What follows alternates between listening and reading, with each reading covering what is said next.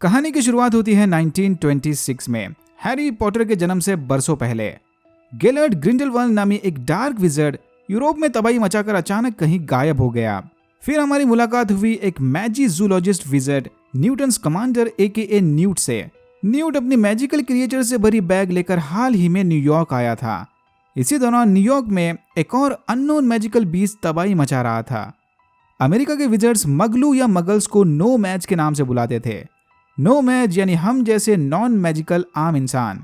ऐसी एक नो मैज मैरी लू बेरबोन बैंक के बाहर खड़ी विजर्ड के खिलाफ नारे लगा रही थी। मैरी बेरबोन सेकंड सेलेमर्स ग्रुप की लीडर थी।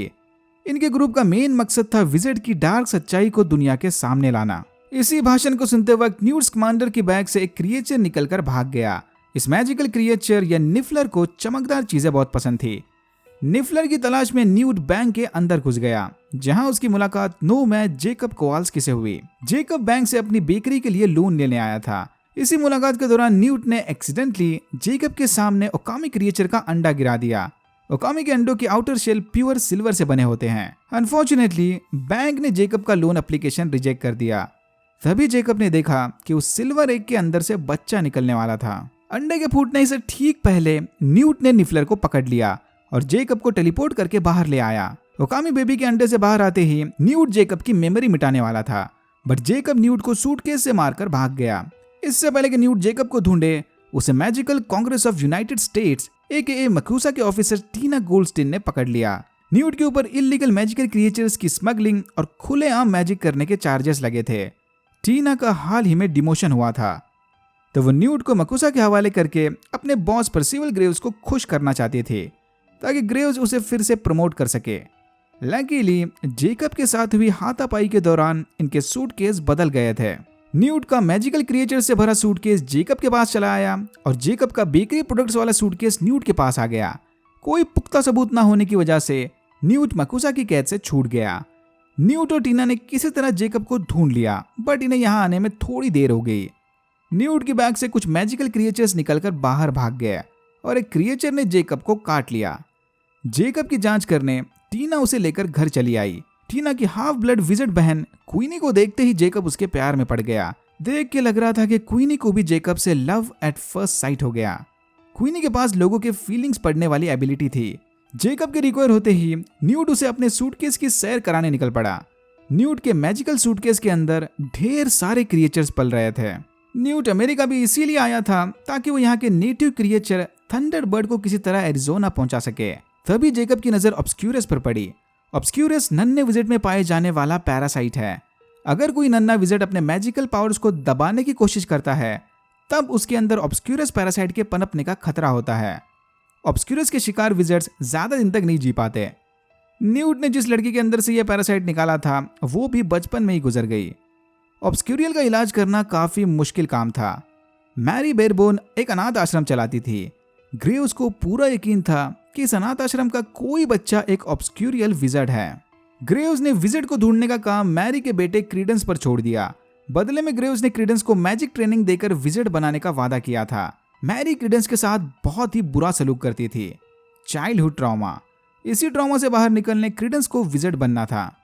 एक दिन मैरी अपने बच्चों को लेकर लोकल मीडिया हाउस चली गई ताकि ये विजर्ड के खिलाफ शॉ न्यूज़पेपर में आर्टिकल छाप सके। हेनरी शॉ सीनियर और उसके बेटे ने मैरी को न्यूज़पेपर ऑफिस से भगा दिया। जाने से पहले हेनरी शॉ जूनियर ने क्रीडेंस को बहुत खरी खोटी सुनाई। हेनरी शॉ जूनियर उस टाइम US सेनेटर था। अगले दिन भाषण के दौरान किसी मैजिकल क्रिएचर ने हेनरी शॉ जूनियर को मार दिया। हेनरी शॉ जूनियर के मरते ही मकूसा ने न्यूट, जेकब और टीना को अरेस्ट कर लिया। न्यूट के सूटकेस की तलाशी लेते वक्त ग्रेव्स को उसके अंदर से यह ऑब्सक्यूरस मिला। ग्रेव्स को लगता है कि US सेनेटर को न्यूट के ही किसी मॉन्स्टर ने मारा होगा। ग्रेव्स ने इन पर ग्रिंडेलवाल्ड के साथ काम करने का इल्जाम लगाकर न्यूट और टीना को सीधा मौत की सजा सुना दी। न्यूट ने अपने हिडन क्रिएचर्स की मदद से खुद की और टीना की जान बचा ली। फिर क्वीनी जेकब को छुड़ाकर इन दोनों से मिलने चली गई। अपनी बेगुनाही साबित करने इन्हें न्यूट के सारे भागे हुए क्रिएचर्स को पकड़ना होगा और लगे हाथ हेनरी शॉ जूनियर के मर्डर मिस्ट्री भी सॉल्व करनी होगी। न्यूट ने अपने नए दोस्तों की मदद से सक्सेसफुली सारे भागे हुए क्रिएचर्स को पकड़कर सूटकेस में बंद कर दिया। क्रीडेंस को उसकी छोटी बहन मॉडेस्टी के बेड के नीचे से फेक जादू की छड़ी मिली। क्रीडेंस ने यह इल्जाम अपने सर पर ले लिया।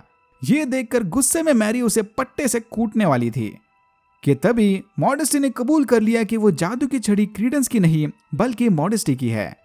इससे पहले कि मैरी मॉडेस्टी को सजा दे, ऑब्सक्यूरियस ने मैरी को मार दिया।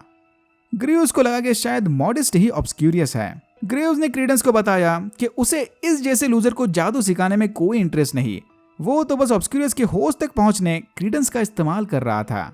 क्रीडेंस का दिल तोड़कर ग्रेव्स मॉडेस्टी से मिलने चला गया। सरप्राइज सरप्राइज, मॉडेस्टी के अंदर कोई पैरासाइट नहीं था। क्रीडेंस ने निहायत ही बैडएस अंदाज में ग्रेव्स को दिखाया कि वो खुद ऑब्सक्यूरियस का होस्ट है। क्रीडेंस इतना पावरफुल था कि अडल्ट होने के बावजूद भी उसके अंदर ऑब्सक्यूरियस पनपते रहा।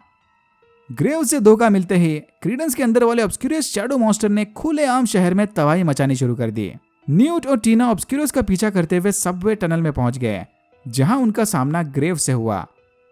तो ग्रेव्स ऑब्सक्यूरियस के पावर्स को अपने मतलब के लिए यूज करना चाहता था। टीना ने किसी तरह क्रीडेंस से बात करके ऑब्सक्यूरियस को शांत कर दिया, बट वहां पर मकूसा के प्रेसिडेंट सेरेफिना पिकेरी और उसके औरस ऑफिसर्स आ गए। टीना के मना करने के बावजूद भी सबने धड़ाधड़ हमला करके ऑब्सक्यूरियस की धज्जियां उड़ा दी।